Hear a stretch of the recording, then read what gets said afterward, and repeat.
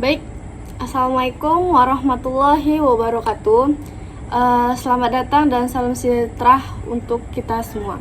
Perkenalkan, saya Liliana Frizal dari Sistem Informasi Malam dengan NIM 2230102047. Dalam presentasi ini, saya akan menjelaskan materi tentang Intrusion Detection System atau yang disingkat dengan IDS.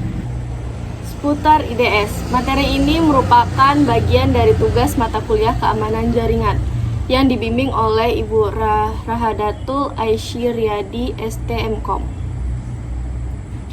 Langsung saja kita mulai ke slide yang pertama, yaitu ada apa itu EDS, pengertian IDS-nya. IDS atau Introduction itu adalah sistem keamanan jaringan yang dirancang untuk mendeteksi adanya aktivitas mencurigakan atau berbahaya. Sistem ini memantau lalu lintas jaringan atau aktivitas pada sistem komputer dan akan memberikan peringatan apabila ditemukan ancaman atau serangan.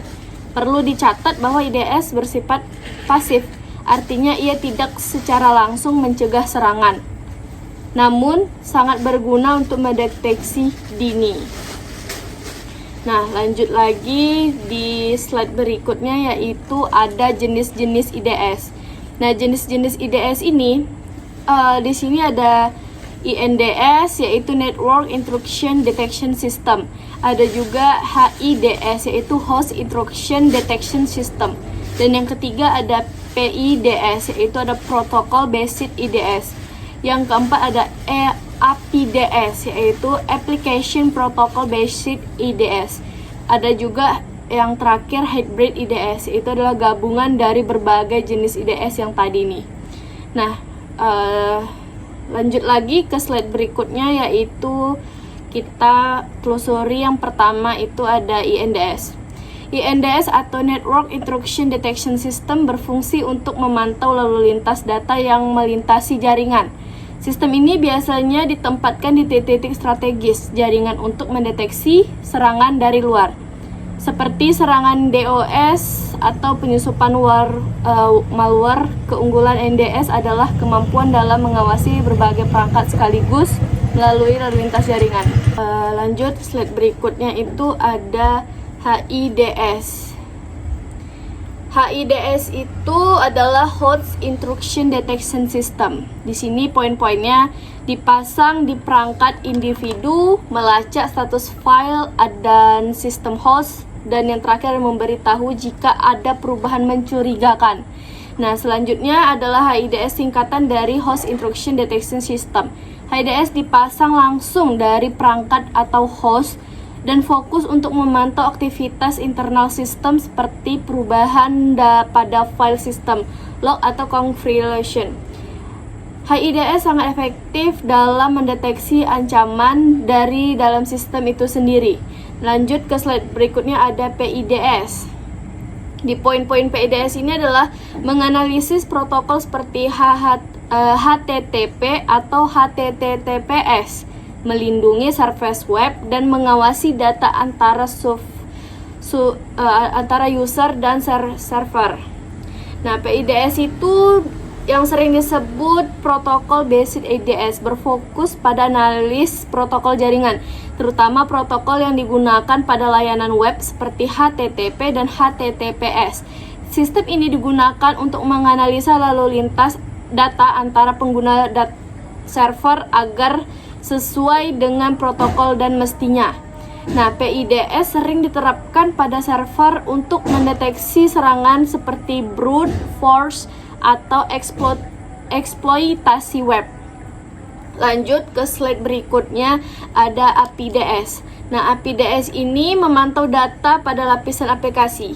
Nah, APDS ini merupakan singkatan dari Application Protocol Based IDS. Nah, IDS ini bekerja pada lapisan aplikasi yang digunakan untuk memantau lalu lintas data spesifik dari suatu aplikasi. Contohnya untuk mendeteksi serangan seperti SQL injection atau cross-site scripting yang menyerang aplikasi web. Sistem ini sangat penting bagi organisasi yang bergantung pada aplikasi berbasis web. Kita lanjut ke slide berikutnya, itu ada hybrid IDS. Hybrid IDS ini adalah gabungan dari dua jenis IDS, seperti menggabungkan INDS dan HIDS. Tujuannya adalah untuk mendapatkan cangkupan deteksi yang lebih luas dan mendalam. Dengan mendekatkan hybrid, ancaman dapat dideteksi baik dari sisi jaringan maupun dalam sistem.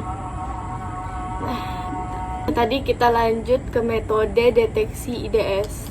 Nah, di sini ada 2 poin. Ada anomaly based detection dan yang kedua ada signature based detection.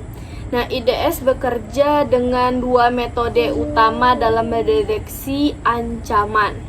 Pertama, ada anomaly basic detection, yaitu dengan membandingi aktivitas saat ini. Pertama, anomaly basic detection yaitu dengan membandingkan aktivitas saat ini dengan pola perilaku normal. Jika ditemukan penyimpangan sistem, akan memberi peringatan. Dan yang kedua, ada signature basic detection, yaitu dengan mencocokkan aktivitas dengan database tanda tangan serangan yang sudah dikenal.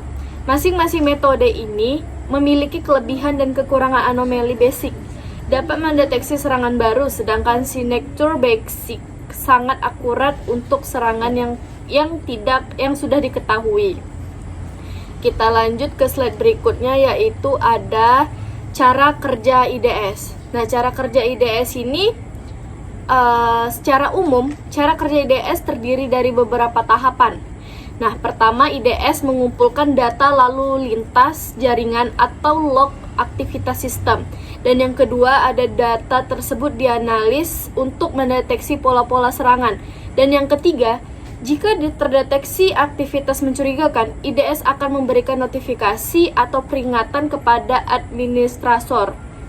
Keempat, sistem IDS memerlukan pembaruan rutin agar tetap efektif menghadapi ancaman baru. Nah, yang di slide berikutnya itu kita bahas kelebihan dan kekurangan IDS. Nah, IDS memiliki beberapa kelebihan seperti mendeteksi serangan dari dalam maupun luar sistem. Nah, yang kedua, meningkatkan visibilitas keamanan. Yang ketiga, ada membantu dalam kepatuhan terhadap kebijakan keamanan, namun terdapat juga kekurangan antara lain, yaitu ada IDS tidak mencegah serangan, hanya mendeteksi saja. Nah, metode anomaly basic sering menghasilkan false positif. Nah, signature basic tidak efektif terhadap ancaman baru. Jadi dia kurang peka terhadap ancaman yang datang, yang baru.